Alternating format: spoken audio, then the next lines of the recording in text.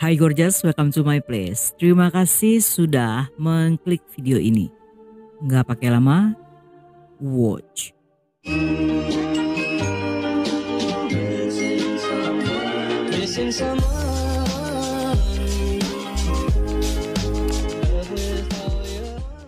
Saat pindah dari Hong Kong ke Amerika, Jimmy telah bercerai dengan istrinya yang telah memberinya seorang putra. Namun di tahun 2000, ketika sang putra meninggal karena bundir, dia meninggalkan seorang anak laki-laki bernama Kenneth yang sering dipanggil Kenny. Jimmy yang saat itu berusia 64 tahun, telah menikah dengan istri keduanya bernama Anne dan memiliki seorang putri bernama Frances yang setahun lebih tua dari sang cucu Kenny. Sebagai seorang kakek, Jimmy pun membawa Kenny yang saat itu berusia 16 tahun untuk tinggal bersama mereka. Pada 17 April 2003, sekitar jam 4.50 dini hari, tiba-tiba Frances terbangun mendengar teriakan ibunya yang berkali-kali mengatakan api. Gadis itu pun segera terduduk dan melihat asap tebal yang mulai masuk di sela-sela bawah pintu kamarnya. Dari bawah pintu, dia bisa melihat kobaran api yang menyala. Sehingga secara refleks, gadis itu pun menyambar telepon menghubungi 911 sambil cepat-cepat membuka jendela kamar untuk berteriak meminta bantuan. Ketika pemadam kebakaran tiba, semua anggota keluarga Choi masih terjebak di dalam rumah. Beberapa menit kemudian setelah api mulai dipadamkan, mereka pun berhasil menyelamatkan Frances dan juga Kenny. Namun saat tiba di kamar utama yang berada di lantai 2, petugas menemukan Jimmy dan Anne dalam keadaan pingsan yang segera dibawa ke rumah sakit. Beberapa jam setelah dirawat, sayangnya Anne tidak bisa selamat akibat terlalu banyak menghirup asap beracun. Sedangkan Jimmy yang kondisinya semakin memburuk, dipindahkan ke rumah sakit lain yang lebih lengkap. Frances dan Kenny cukup beruntung karena hanya menghirup sedikit asap sehingga kondisi mereka segera membaik.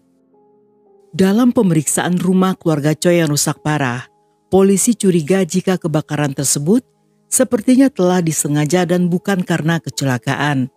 Menurut tim pemadaman yang pertama kali mendobrak pintu, saat memasuki rumah, mereka mencium bau bensin yang sangat kuat. Selain itu juga ditemukan 4 kaleng bensin, 2 kaleng susu bubuk, dan 2 botol minuman keras. Hal ini semakin menguatkan kecurigaan polisi karena selain bukti-bukti tersebut, pada bagian rumah tidak terlihat adanya tanda-tanda pembobolan. Dan jika dilihat dari kerusakan akibat api, kamar Jimmy tampak lebih parah dari kamar Frances dan juga Kenny. Berdasarkan petunjuk tersebut, polisi pun merasa curiga bahwa pelakunya merupakan anggota dari keluarga Choi sendiri.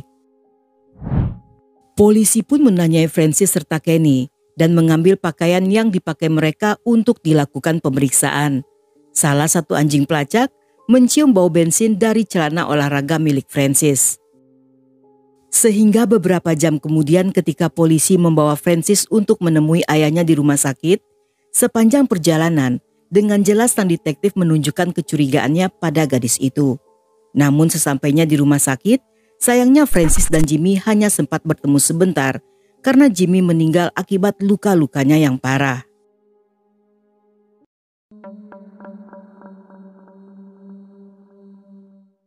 Pada hari yang sama, polisi menawarkan Frances untuk menemaninya melihat kondisi rumah pasca kebakaran. Walaupun awalnya menolak, tetapi pada akhirnya Frances kembali menghubungi sang detektif untuk mengunjungi rumah tersebut. Polisi yang bertugas di lapangan kembali menemukan bukti-bukti baru, berupa 2 lembar kertas yang disimpan di bawah kasur Kenny. Di sana berisikan rencana A dan rencana B tentang pembakaran beserta rincian lainnya sebanyak 20 poin, termasuk di mana bensin akan disembunyikan, kamar Jimmy yang akan lebih dulu dibakar, cara menyalakan api, menggulung handuk basah untuk diletakkan di bawah pintu agar asap tidak masuk ke dalam kamar, cara menyelamatkan diri dan lompat dari jendela jika polisi tiba terlalu lama. Sedangkan pada poin terakhir yang ditandai dengan gambar bintang, tertulis agar membakar kedua kertas itu yang hal inilah lupa dilakukan oleh Kenny. Walaupun telah menemukan bukti tersebut, namun polisi juga tidak bisa mengabaikan Francis. Mereka masih curiga gadis itu terlibat karena selain sikapnya yang tenang untuk seseorang yang baru kehilangan orang tua, saat mendatangi TKP, gadis itu juga terkesan cuek saat menerima ucapan bela sungkawa dan lebih peduli untuk menyelamatkan barang-barang miliknya. Menurut tim damkar, ketika mereka tiba di lokasi, Francis yang berada di depan jendela tidak terlihat panik. Bagi sang detektif, kedua remaja ini sama-sama mencurigakan. Mereka pun membawa keduanya untuk melakukan interogasi yang dimulai dari jam 7.45 malam. Selama interogasi berjalan, Francis berkali-kali mengaku tidak tahu tentang bensin dan mengapa cairan tersebut bisa menempel di celananya. Menurutnya bisa saja benda itu menempel secara tidak sengaja saat beberapa hari sebelumnya dia sedang berada di ruang bawah tanah atau terkena bensin ketika sedang di rumah temannya. Sedangkan Kenny yang ditanyai di ruangan terpisah juga mengaku tidak tahu apa-apa. Tetapi pemuda itu seketika gemetaran saat polisi menunjukkan 2 lembar kertas yang ditemukan di bawah kasurnya. Pada awalnya dia mengaku jika mendapat pesan berantai dari seorang pria berkulit hitam yang mengancam akan membunuhnya. Dan karena takut, Kenny pun menyusun rencana pembakaran rumah jika seandainya ancaman pria itu benar-benar terjadi. Walaupun tahu ceritanya sangat tidak masuk akal, tetapi polisi pura-pura percaya sambil bertanya apakah ada orang lain yang ikut terlibat. Mendengar hal ini, tiba-tiba Kenny merubah cerita dengan menuduh Francis sebagai otak utama pembunuhan. Pemuda itu pun mulai menceritakan tentang perselisihan yang terjadi di antara Francis dan juga Jimmy. Menurutnya, saat kuliah nanti Francis ingin tinggal di asrama, yang hal ini ditentang oleh orang tuanya karena khawatir sang putri nantinya tidak ada yang mengawasi dan justru lebih sibuk untuk berpacaran. Di saat bersamaan, kondisi kesehatan Jimmy mulai menurun, sehingga Francis pun mulai melakukan banyak tugas rumah. Dia sangat kesal dengan banyaknya pekerjaan rumah. Sedangkan sebagai remaja, Francis ingin menikmati masa kuliah seperti remaja pada umumnya. Sebulan sebelum insiden tersebut, Kenny melihat Francis di ruang bawah tanah sedang mengeluarkan beberapa botol bensin. Mengetahui jika Kenny ada di sana, dia pun meminta sang ponakan untuk membantu rencananya dengan menyalakan api. Jika orang tuanya meninggal, Francis akan mendapat uang asuransi dan berjanji memberi Kenny sejumlah 150 juta. Kenny tentunya menolak permintaan itu, yang hal ini membuat Francis marah, dan Kenny yang ketakutan segera berlari ke kamar sambil mengunci pintu. Di malam kejadian, setelah kakek neneknya tidur, Kenny melihat Francis menyiramkan bensin ke sofa, tangga di lantai 1, hingga ke kamar tidur orang tuanya di lantai 2. Tidak lama setelahnya, Kenny pun mendengar suara semburan api dan asap yang mengepul di mana-mana.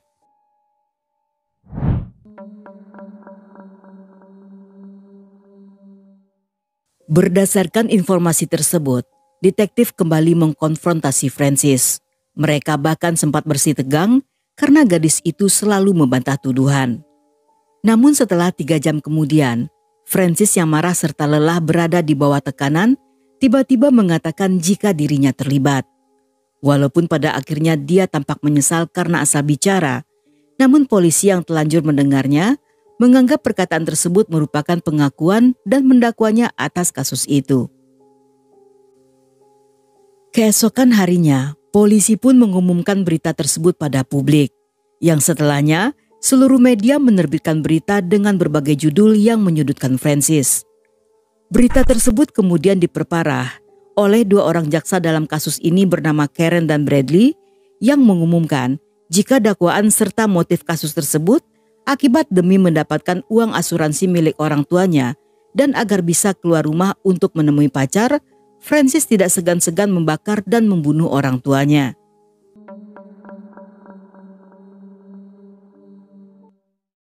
Dalam persidangan yang dilakukan 5 tahun kemudian, pengacara Kenny berusaha keras membela kliennya dengan memojokkan Francis.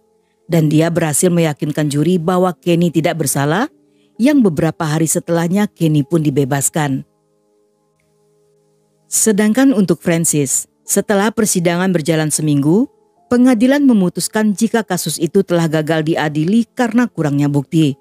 Hakim pun membubarkan para juri yang dianggap telah gagal menjalankan tugas dan membuat jadwal persidangan baru untuk Francis. Persidangan kedua dilaksanakan 3 tahun setelahnya. Kenny kembali hadir sebagai saksi di bawah perjanjian kekebalan hukum. Kali ini dia mengaku menulis rencana pembunuhan di bawah ancaman Francis. Namun sang tantelah yang melakukan pembakaran dan dia melihat dengan jelas saat Francis menuangkan 2 botol bensin di ruang bawah tanah tepat sebelum rumah terbakar. Hingga beberapa hari ke depan, karena juri masih belum mencapai keputusan bulat dan mengingat Francis telah menunggu persidangan selama 8 tahun, pengadilan pun memberikan kesempatan bagi gadis itu untuk sementara waktu tinggal di rumah pamannya dan menjadi tahanan rumah dengan memakai gelang GPS. Dia hanya boleh keluar rumah untuk ke rumah sakit atau ibadah ke gereja. 5 bulan kemudian pada persidangan ketiga, 2 hari sebelum sidang dimulai, diketahui jika Kenny telah melarikan diri ke Hong Kong. Pemuda itu terlibat kasus penyelundupan barang-barang ilegal serta beberapa kasus lainnya. Karena hal ini, hakim pun melakukan hal berbeda dari sidang-sidang pada umumnya dengan menggunakan suara rekaman Kenny pada sidang sebelumnya untuk dijadikan barang bukti. Dan 2 minggu kemudian berdasarkan keputusan juri, Francis dinyatakan bersalah dan divonis hukuman penjara seumur hidup tanpa bisa bebas bersyarat. Bagi keluarga besar Choi, tidak satu pun dari mereka yang percaya jika Francis pelakunya. Gadis itu sangat baik dan tidak akan sanggup melakukan hal sejahat itu, terutama pada darah dagingnya sendiri. Menurut mereka justru Kenny lah yang paling mungkin untuk melakukan hal tersebut.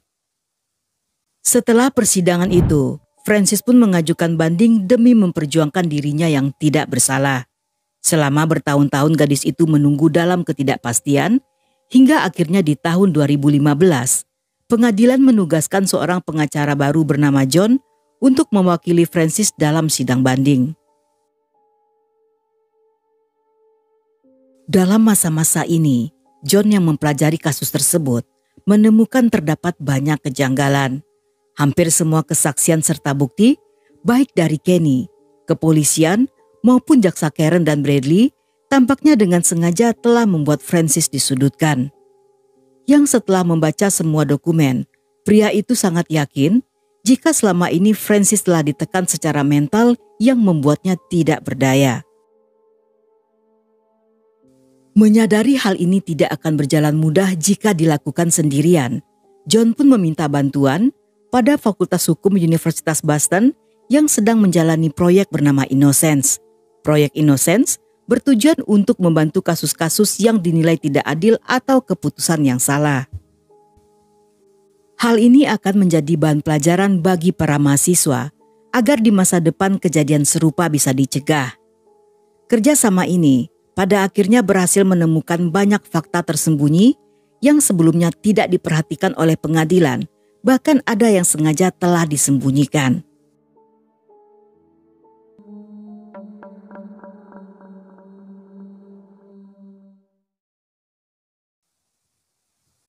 Setelah menunggu selama 5 tahun, pada 2019 dalam sidang banding, John pun membongkar semua fakta-fakta. Fakta pertama tentang jaksa Karen dan Bradley yang rasis terhadap orang Asia dan suka membeda-bedakan gender. Yang dalam kasus ini, perempuan lebih direndahkan daripada laki-laki. Sehingga dengan mudahnya sejak awal mereka menjelek-jelekan Francis di hadapan publik tanpa peduli siapa pelaku sebenarnya. Dari riwayat email mereka, terlihat pembicaraan tentang Francis yang disebut-sebut sebagai manusia tanpa perasaan, manipulatif, serta tega melenyapkan orang tuanya. Dan mereka membuat kesimpulan tersebut di saat sidang bahkan belum dilakukan, serta belum mengetahui kepribadian gadis itu. Yang menurut hasil pemeriksaan, Francis tidak memiliki riwayat penyakit mental tidak pernah melakukan kejahatan, dan tidak suka menyakiti hewan.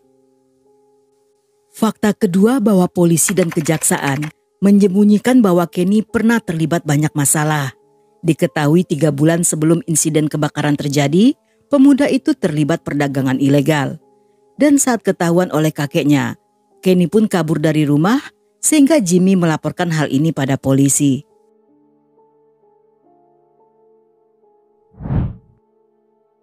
Selain itu terdapat juga laporan lama ketika Anne sang nenek yang kehilangan perhiasan menuduh Kenny sebagai pelakunya sehingga pemuda itu dimarahi oleh Jimmy. Namun seperti remaja alay serta lebay, Kenny yang setelah mencuri justru merasa dirinya sebagai korban dan menganggap omelan sang kakek sebagai kekerasan verbal.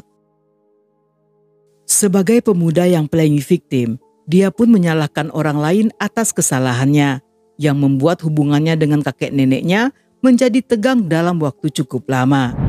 Dengan banyaknya fakta-fakta tersebut, Kenny memiliki motif kuat untuk melenyapkan Jimmy dan juga Anne. Namun pada saat itu, tampaknya semua fakta telah disembunyikan atau diabaikan oleh polisi serta kejaksaan. Fakta ketiga, dalam masa-masa ketika Francis sedang menunggu persidangan kedua, Kenny kembali membakar rumah kakeknya sebanyak 2 kali. Yang hal ini diketahui oleh jaksa Karen dan Bradley, namun mereka menutupinya dari mantan pengacara Francis agar sang pengacara tidak bisa mengajukan bukti baru. Fakta keempat, dalam persidangan ketiga, jaksa dan polisi juga bekerja sama untuk menyudutkan Francis. Saat itu, jaksa mengirim email pada polisi yang akan menjadi saksi di persidangan dan memintanya untuk hanya menjawab pertanyaan yang relevan serta sesuai kebutuhan yang permintaan tersebut disetujui oleh sang polisi. Saat hadir dalam persidangan, sang polisi pun mengaku jika dalam ruang interogasi tidak terdapat video atau alat perekam suara yang biasa digunakan saat melakukan interogasi. Dia dan rekannya akan menulis semua laporan secara manual yang sayangnya laporan tersebut telah dihancurkan. Namun sang polisi telah berbohong karena di ruangan itu terdapat alat rekam serta video dan catatan yang dimaksud masih tersimpan di kepolisian. Fakta kelima, saat polisi menyita pakaian Francis dan juga Kenny, pakaian yang diberikan pada anjing pelacak untuk diendus bukanlah pakaian yang dikenakan gadis itu pada hari kejadian, melainkan pakaian yang dipakainya di hari lain. Pada sidang ketiga, jaksa menyatakan jika tidak ditemukan bekas bensin pada pakaian Kenny, yang tentu saja tidak ditemukan apapun karena pakaian Kenny tidak pernah diperiksa atau diuji untuk memastikan adanya bekas cairan tersebut. Fakta keenam, ketika pacar Kenny sebut saja bernama Annie diinterogasi, gadis itu mengatakan jika Kenny mengaku sebagai pelakunya, dan Kenny lah yang menyusun semua rencana hingga membakar rumah dan bajunya juga terkena cipratan bensin. Menurutnya Kenny melakukan hal itu untuk balas dendam pada sang kakek yang telah membawanya ke Amerika. Kenny yang sebelumnya tidak pernah mengenal sang kakek, saat dibawa pindah, merasa jika dirinya tidak diterima dalam keluarga itu karena kakek neneknya memperlakukannya seperti orang asing yang tidak memiliki hubungan darah. Dia juga kesal karena Jimmy selalu meminta uang pada ibu Kenny untuk biaya sang cucu. Sedangkan sepengetahuan Kenny, sejak dulu ibunya dan sang kakek tidak pernah akur. Walaupun kesaksian Annie diterima untuk diajukan pada persidangan berikutnya, namun lagi-lagi polisi menyembunyikannya dari pengacara Francis, sehingga Annie pun tidak dihadirkan dalam persidangan. Fakta ketujuh, pengacara yang dulu mewakili Francis dianggap lalai dan seringkali melewatkan banyak petunjuk untuk membela kliennya, sehingga Francis tidak dibela secara maksimal. Dia bahkan tidak mendatangkan saksi ahli untuk membuktikan jika di baju Francis tidak terdapat cairan bensin. Dan sang pengacara juga tidak mempertanyakan jaksa yang telah menuduh kliennya hanya berdasarkan penciuman anjing pelacak. Dan menurut John, jika saja sang pengacara dulunya benar-benar menggali kasus dengan lebih teliti, tentunya Francis tidak perlu menjalani hukuman yang tidak seharusnya dijalaninya. Selain mendapatkan ketidakadilan, gadis itu juga telah kehilangan masa mudanya akibat kesalahan orang-orang yang tidak benar-benar berniat untuk membantunya.